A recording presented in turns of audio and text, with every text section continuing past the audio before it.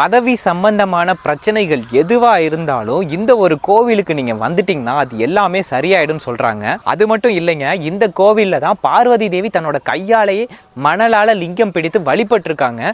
சூக்ஷ்மமா வழிபட்டதுனால இந்த கோவிலை சூக்ஷ்மபுரீஸ்வரர்னு சொல்றாங்க. இந்த கோவிலோட வரலாறு என்னன்னு பாத்தீங்கன்னா, ஒரு முறை பார்வதி தேவியும் சிவபெருமானும் கைலாயத்துல சதுரங்க விளையாடிட்டு இருக்காங்க. அப்ப பார்வதி தேவி கிட்ட சிவபெருமான் தோற்று போக அந்த இடத்துல இருந்து மறைஞ்சு போயிடுறாரு. பார்வதி தேவி சிவபெருமான எல்லா இடங்கள்லயும் தேடியும் பார்வதி தேவி கண்ணுக்கு சிவபெருமான் புலப்படல. உடனே காவிரியோட தென்கரையில வில்வ மரங்கள் சூழ்ந்து இருக்கக்கூடிய ஒரு குளக்கரையில மணலால லிங்கம் பிடித்து சிவபெருமான பிரார்த்தனை பண்ண ஆரம்பிக்கிறாங்க. பார்வதி தேவியோட தவத்துக்கு மனமகிழ்ந்த சிவபெருமான் பார்வதி தேவிக்கு காட்சி கொடுத்து இந்த இடத்துல சூக்ஷ்மமா பார்வதி தேவியோட திரும்பவும் ஒண்ணு சேர்ந்ததுனால இந்த கோவில இருக்கக்கூடிய சுவாமியோட பெயர் சூக்ஷ்மபுரீஸ்வரர். இங்க இருக்கக்கூடிய அம்பாளோட பெயர் மங்களாம்பிகை. மணலால லிங்கம் அமைத்து வழிபட்டதுனால இந்த ஊருக்கு பெயர் சிறுபிடின்னு அழைக்கப்பட்டு காலப்போக்குல மருவி சிறுகுடின்னு அழைக்கப்படுது. அதனால இந்த கோவில்ல பிரிந்த தம்பதிகள் இந்த சுவாமியை வழிபாடு பண்ணாங்கன்னா ஒன்று சேருவாங்கிறது இந்த கோவிலோட ஐதீகம். ஒரு மனிதனோட வாழ்க்கையில பதவிங்கிறது உறவாலையும் தொழில் மூலமாகவும் வரக்கூடியது.